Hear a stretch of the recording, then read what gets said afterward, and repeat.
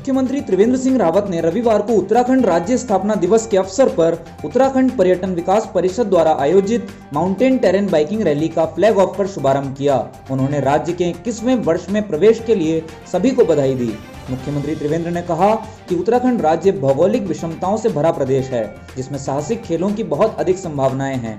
प्रदेश में साहसिक खेलों को बढ़ावा देने के लिए राज्य सरकार ने प्रदेश में अलग से विभाग बनाने का निर्णय लिया है। उन्होंने कहा कि सीएम आवास से जॉर्ज एवरेस्ट तक की यह साइकिल रैली एक साहसिक यात्रा एडवेंचर से भरपूर होगी।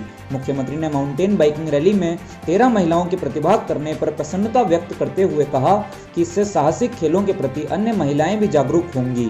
बता दें कि कोविड-19 के कारण सभी सावधानियों व दिशा निर्देशों का पालन करते हुए इन कार्यक्रमों के माध्यम से पर्यटकों को आमंत्रित किया जा रहा है। माउंटेन टेरेन बाइकिंग से कार्यक्रमों की शुरुआत की जा रही है। इस रैली का समापन मसूरी में जॉर्ज एवरेस्ट पर होगा, जहां पर बलून फेस्टिवल का भी आयोजन किया गया है।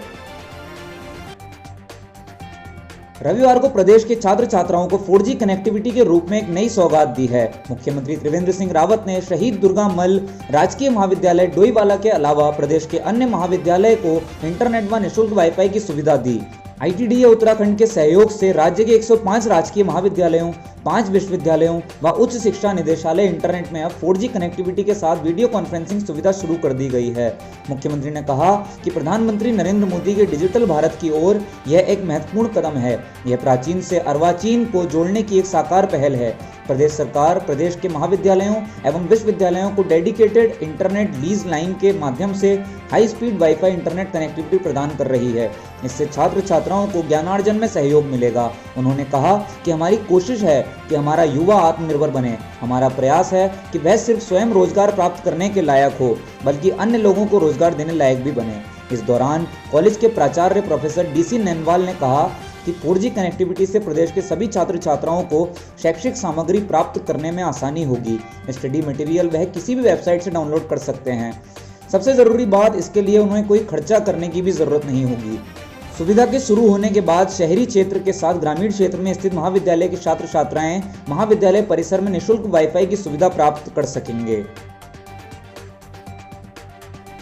राज्य स्थापना दिवस पर सीएम त्रिवेंद्र सिंह रावत ने टिहरी झील के ऊपर बने डोबारा चांठी पुल का उद्घाटन किया। इसी के साथ प्रतापनगर वासियों का बरसों का सपना हकीकत में तब्दील हो गया। डोबरा चांठी पुल पर आवाजाही शुरू हो गई है। टिहरी झील के ऊपर बना डोबरा चांठी पुल देश का सबसे लंबा मोटरबेल झूला पुल है। इसमें ऐसी कई खूबियां हैं जो इसे दूसरे सस्पेंशन ब्रिज से अलग बनाती हैं। डोबरा चांठी पुल ने आकार लेने में सालों का वक्त लिया, लेकिन लंबे इंतजार के बाद जो पुल बनकर तैयार हुआ है उसे देख बरसों का इंतजार सफल हो गया लगता है। इस पुल की क्षमता 16 टन भार सहने करने की है। पुल की चौड़ाई 7 मीटर है, जिसमें मोटर मार्ग की चौड़ाई 5.5 मीटर और फुटपाथ की चौड़ाई 0.75 मीटर है। डोबरा चांठी पुल की उम्र करीबन 100 साल तक बताई जा रही है। पुल के निर्माण पर करीब 3 अरब रुपए खर्च हुए हैं। मुख्यमंत्री ने कहा कि 42 किलोमीटर लंबी टिहरी झील पूरी दुनिया को आकर्षित करने की क्षमता रखती है।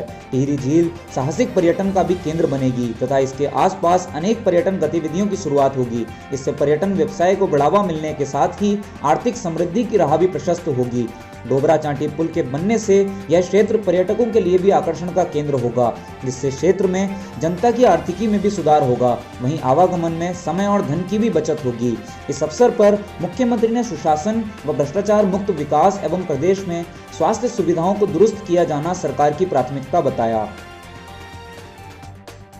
रविवार को उत्तराखंड में 243 कोरोना वायरस के मामले सामने आए और 155 मरीजों को डिस्चार्ज किया गया। इसके साथ ही राज्य में कोरोना वायरस के आंकड़े 65,279 हो गए हैं, जिसमें से 59,719 मरीजों ने कोरोना वायरस को हराया है।